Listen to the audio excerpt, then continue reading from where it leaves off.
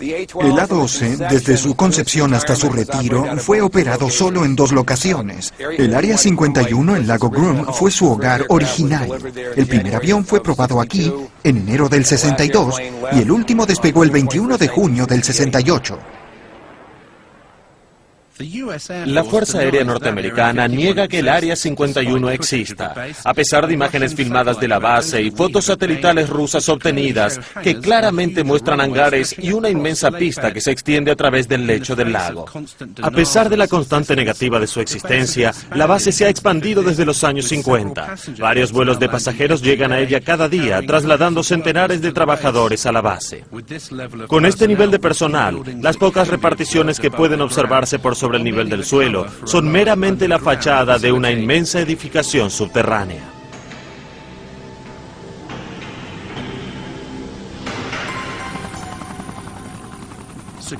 La seguridad en la base no tiene precedentes y el secreto es monumental. Desde fines de los años 50, los militares han reclamado para sí cientos de miles de hectáreas de tierras vecinas a la base. La zona de exclusión del Área 51 ahora se extiende a 40 kilómetros. El estatus secreto de la base está muy preservado, y aun si la gente habla de las operaciones con los B-52 allá por los años 50, hace 50 años, aún no pueden identificar la base por su nombre o por su locación. Solo pueden decir que era una instalación remotamente ubicada. Este lugar es un anacronismo de la Guerra Fría. Este es un lugar que recuerda a los viejos días, y al tratarlo como una localidad que ni siquiera existe, atrae mucho la atención. Naturalmente, todo el mundo quiere saber qué ocurre allí. No se cuestiona la existencia de esas instalaciones, que el gobierno habló de ellas muy poco en el pasado, que tiene el derecho de probar aviones como el U-2, el SR-71, el Stealth. La gente se olvida del avión Stealth. Más de $100 millones gastados en su desarrollo y una década antes de que su existencia siquiera se anunciara. Eso es lo que se hace en Lago Groom. Ahora la pregunta verdadera que surge es, ¿habrán platos voladores allí? Fuimos al cielo para ver la base por nuestra cuenta. Volando a una altitud de 3.000 metros, llegamos a 1,5 kilómetros de la zona de restricción.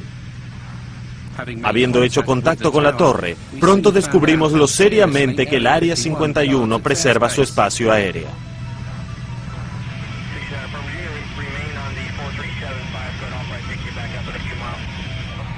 Tenemos curiosidad, ¿hay alguna actividad hoy en la zona del lago Groom? ¿Alguna actividad dónde, señor? En la zona del lago Groom.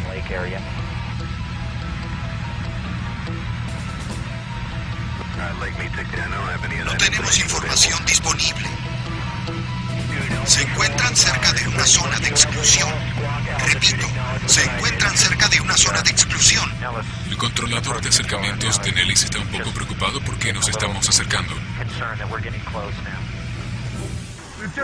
Nos están lanzando 2 F-16 de combate. Pasaron a nuestro lado entre 1290 a 2000 kilómetros por hora. Estos tipos no se andan con vueltas, no nos quieren aquí. En efecto, hay otro caza cerca de nosotros. Están tratando de ahuyentarnos de la zona o forzarnos a aterrizar. Y aquí viene otro. Eso estuvo cerca, especialmente lo de la derecha. Diría que estuvo a 1,5 kilómetros, 3 kilómetros. Cielos, ¿pudiste verlo? Cuentan con GPS a bordo, así que sin duda tenían contacto por radar con nosotros. Eso estuvo cerca. En 1989, un hombre destapó el secreto de Dreamland. Su nombre es Bob Lazar y dice haber trabajado en Lago Groom en una nave espacial alienígena recuperada. La base está al pie de una montaña pequeña o una colina grande. Hay 9 puertas de hangares y no relucen en medio del desierto. Están pintadas o rociadas con algo que les da textura arenosa. Y según lo que puedo aseverar, esto es para que no tomen fotografías satelitales de las instalaciones y se mimetice con el entorno serrano. Era bastante efectivo, según pude ver. En la primera ocasión que llegué allí, todas las puertas de los hangares estaban cerradas, pero al estar cerca, uno se da cuenta cuáles son las puertas que se deben abrir. Dimos una vuelta por el lado izquierdo de las instalaciones y había una entrada principal allí. Pasamos unos portones y el puesto de seguridad.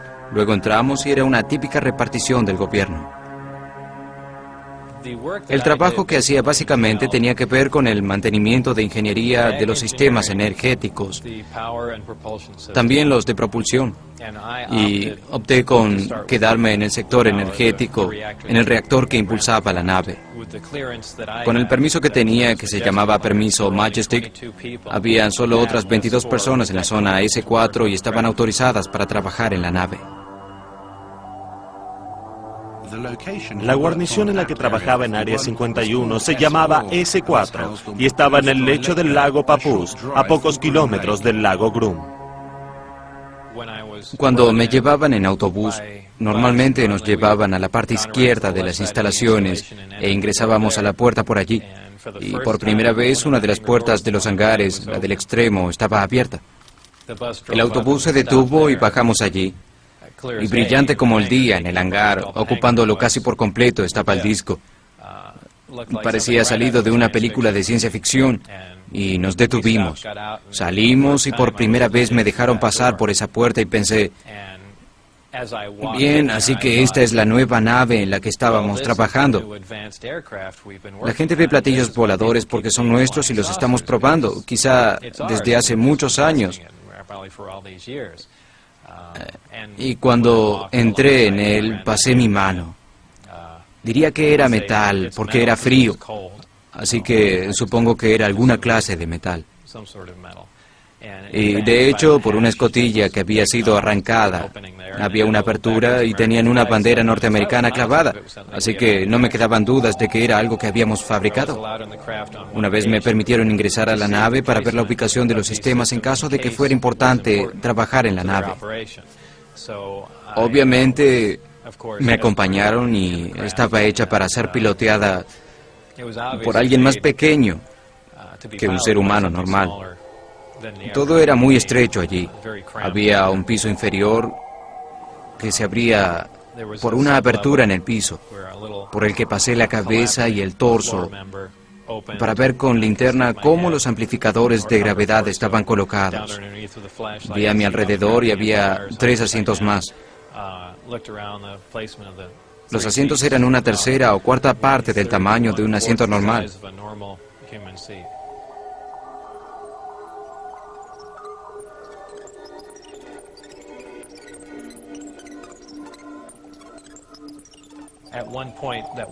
En ese momento, cuando estaba en la nave, uno de los arcos se hizo transparente. Había unos técnicos trabajando en algo que no conocía, y algo comenzó a correr en la pantalla, así que es posible que la cubierta de la nave, ya sea por influencia eléctrica o alguna otra cosa, a veces se hacía transparente, para ver desde afuera hacia adentro o para ser usada como una suerte de pantalla de video. Eso fue asombroso. Cuando salí de ella parecía un trozo de metal liso nuevamente.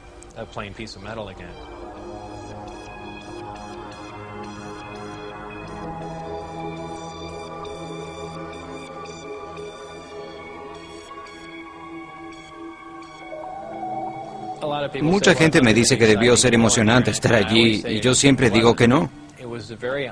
Caminar por la nave fue sumamente molesto. Se percibía que uno no debía andar allí. No fue en modo alguno excitante, no era terrenal. Y no lo digo como un golpe de efecto.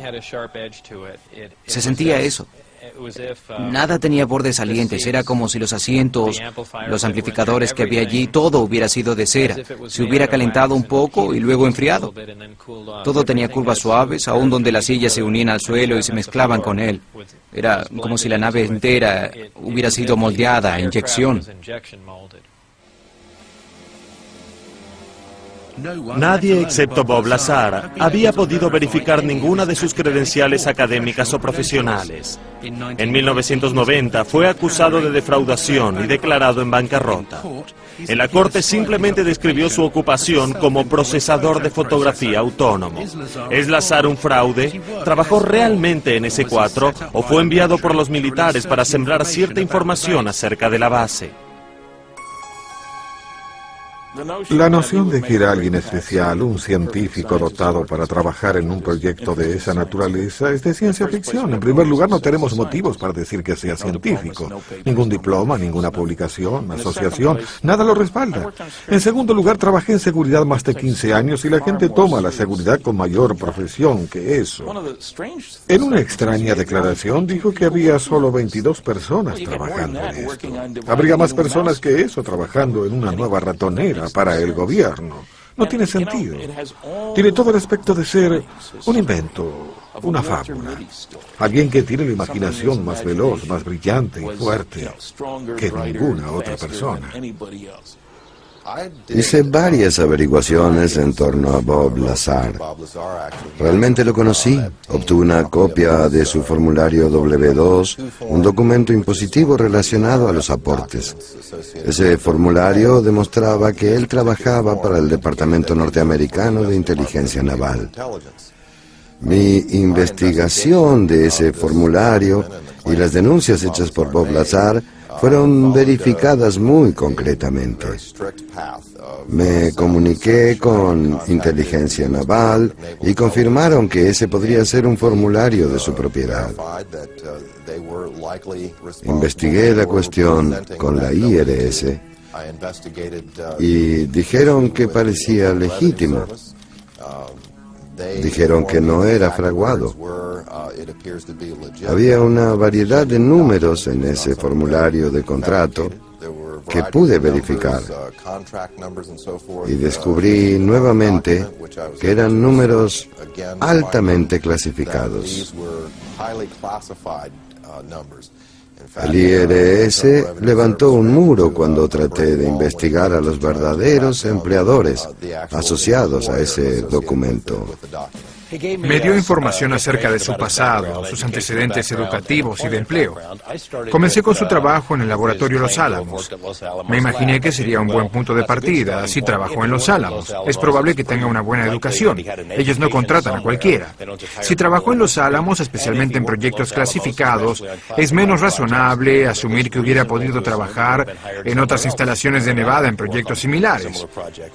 Fuimos a Los Álamos y no nos dieron ningún tipo de cooperación. No respondían nuestros llamados telefónicos. Decían, no tenemos información sobre Bob Lazar. Hay un número de identificación, pero no trabajó para nosotros. Trabajó para otros. Básicamente, el laboratorio Los Álamos trató de confundirnos. No cooperó en nada para tratar de obtener información sobre Bob, y hallé que es el caso a cada instancia en que trato de averiguar su pasado. No pude encontrar registros, y yo fui el que descubrí eso. Inicialmente no pude encontrar mi certificado de nacimiento, y en lo que a mí concierne, ellos quieren hacer de cuenta que yo no tengo existencia. Pienso que es más probable que Bob Lazar haya sido elegido para ser el conducto de cierta información concerniente al proyecto extraterrestre.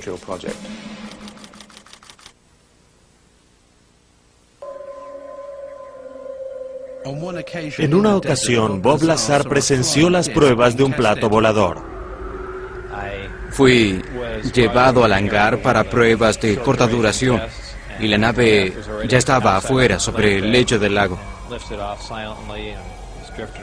Se elevaba en silencio, iba un poco a la deriva y luego volvía a bajar en silencio. Se veía maravillosamente, era enorme. Era como ver una casa despegar del suelo en silencio.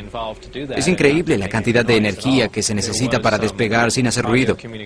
Había ciertas comunicaciones por audio con la nave, así que debo asumir que había humanos a bordo, y de alguna manera habían podido sentarse en esos asientos.